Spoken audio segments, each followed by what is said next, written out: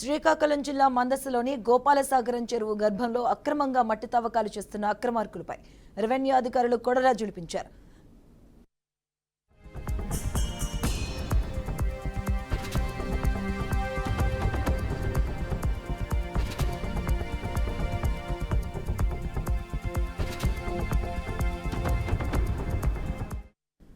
అక్రమంగా మట్టిని తరలిస్తున్న 4 ట్రాక్టర్లను ఓ జేసీబీని సీజ్ చేశారు. అనుమతులు లేకుండా మట్టిని తవ్వి తరలిస్తూ ఉండడంతో ఈ చర్యలు తీసుకున్నారు.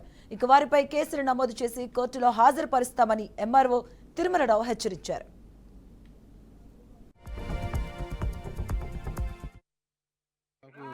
ఉదయం ఇన్ఫర్మేషన్ వచ్చిందండి. ఇన్ఫర్మేషన్ ప్రకారంగా మా వీఆర్ఓని పంపించడం జరిగింది.